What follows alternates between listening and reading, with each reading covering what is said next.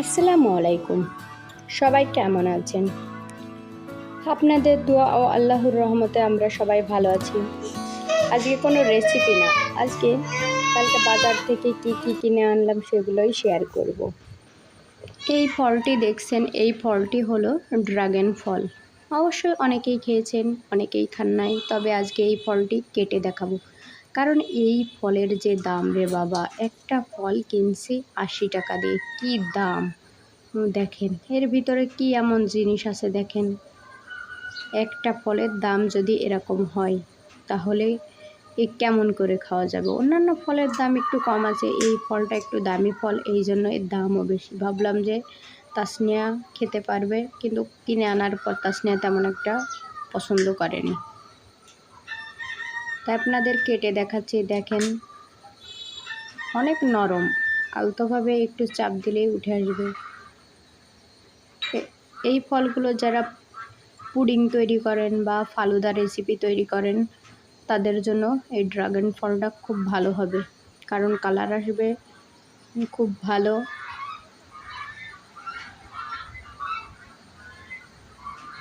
ফলটা যত সুন্দর দেখাচ্ছে খেতে তত সুন্দর না। অবশ্যই যদি খেয়ে থাকেন তাহলে বুঝতে পারবেন, আর না খেয়ে থাকলে অবশ্যই ট্রাই করে দেখবেন।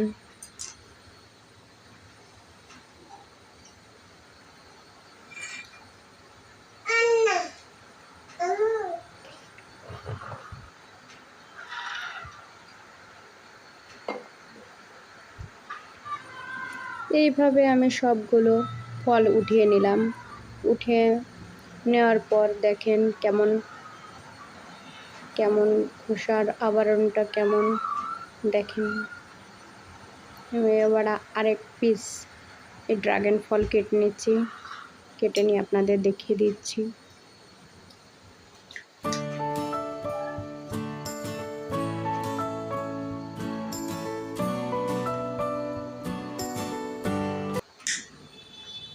এইভাবে আমি পিসগুলো কেটে নিচ্ছি এবং কেটে নিয়ে আপনাদের দেখিয়ে দিচ্ছি। দেখেন এটা সবাই, এই ফলগুলো সবাই পছন্দ করে না, যাদের পছন্দ হয় অবশ্যই খাবেন। আর দেখবেন অন্যান্য রেসিপি করার জন্য ফলগুলো খুব প্রয়োজন হয় মাঝে মাঝে, কারণ এগুলো হলো শৌখিন ফল যাকে বলে।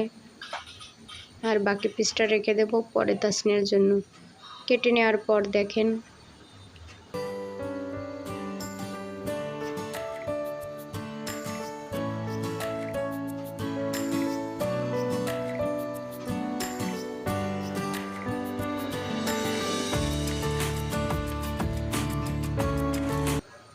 এবার আমি এই পাশে শিং মাছ কিনে আনছিল, কোন টিপসে আমি করেছিলাম সেই ভিডিওটা অবশ্যই ডিসক্রিপশনে দিয়ে দেব।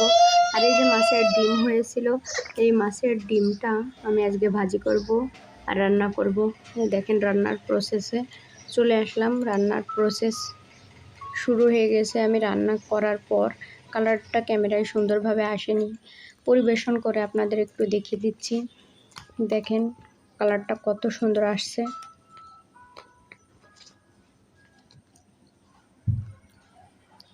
আর এই পাশে আমি বিকালবেলায় বা সন্ধ্যাবেলায় যেটা এবার নাস্তা করার জন্য কটা পিঠা বানাবো, এই জন্য আমি রুটি বেলে নিয়েছিলাম। ছোট ছোট রুটি বেলে নেওয়ার পর এরকম পিস করে নিয়েছি, যাতে আমি সাইজ মতো পিঠাগুলো তৈরি করতে পারি। এবার নারকেল প্লাস তিল দিয়ে একটা পুডিং করে নিয়েছি। এটা এবার আমি এই পিঠাগুলো তৈরি করব, এক একটা করে দেখিয়ে দিচ্ছি।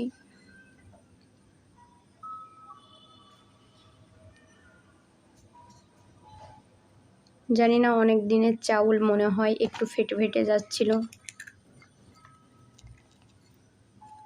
দেখেন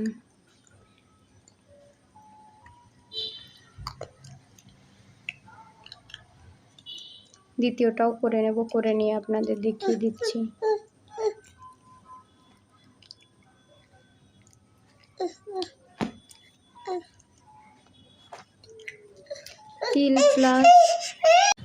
তিল প্লাস নারকেল এটা দিয়ে আর আমি গুড় দিয়ে করেছিলাম, এটার জন্য কালারটা খুব সুন্দর আসছে।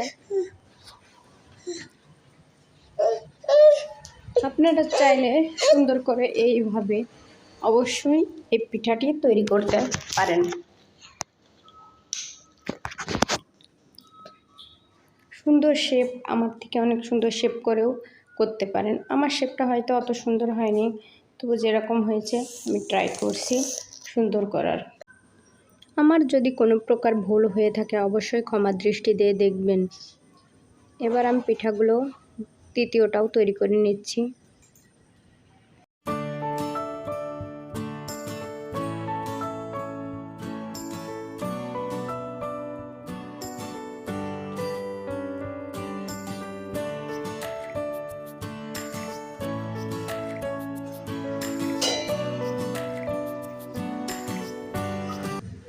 পিঠাগুলো আমি বানিয়ে নিয়েছি, দেখেন 2 রকম শেপ দিয়ে আমি তৈরি করে নিয়েছি। এবার ভাপ দেওয়ার জন্য যে বসিয়ে দিয়েছি, ভাপে সুন্দরভাবে বসে গিয়েছে, এর ভিতরে প্রায় হয়ে আসছে। আমি এখন নামিয়ে নেব। নামিয়ে নেওয়ার পর দেখেন রেখে দিচ্ছি, তোলার পরে আমরা খাওয়া শুরু করে দিয়েছি। এবার আমরা খাওয়া শুরু করে দিয়েছি, দেখেন আমি খাচ্ছি প্লাস তাসনিয়া খাচ্ছে। পুডিংটা কত সুন্দর হয়েছে ভেতরের পুডিংটা, এবং চারপাশ পাতলা হয়েছে, খেতেও ভারী মজা লাগছিল, তাই আপনাদের সঙ্গে একটু শেয়ার করে দিলাম।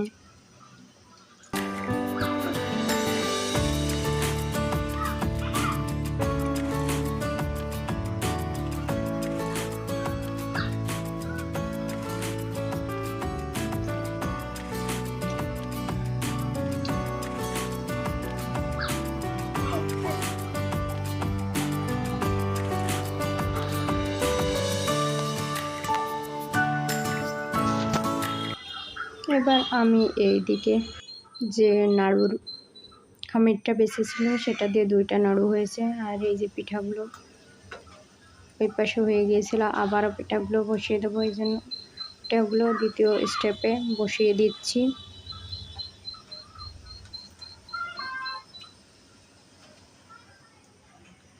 পিঠাগুলো এই যে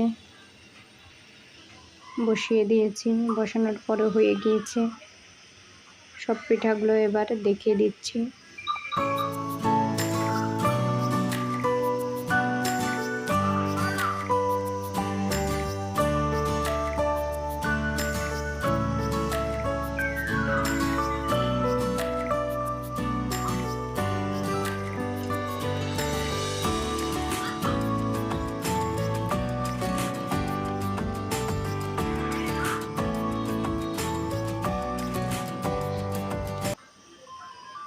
সব পিঠাগুলো এক এক করে আমি তুলে নিয়েছি। তুলে নেওয়ার পর আমি সাজিয়ে আপনাদের একটু বা পরিবেশন করে একটু দেখিয়ে দিচ্ছি। অনেক গরম ছিল, তুলতে অনেক কষ্ট হচ্ছিল। এবার সাজিয়ে নিয়ে দেখেন।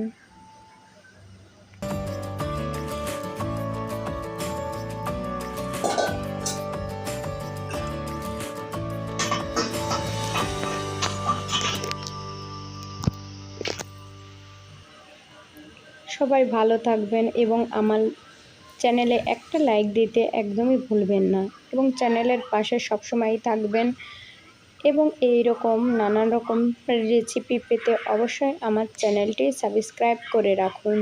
এবং আমি আপনাদের সকল টিপস এবং টেকনিক শেয়ার করে থাকি। সবাই ভালো থাকবেন, সুস্থ থাকবেন, শুভকামনা রইল। আল্লাহ হাফেজ।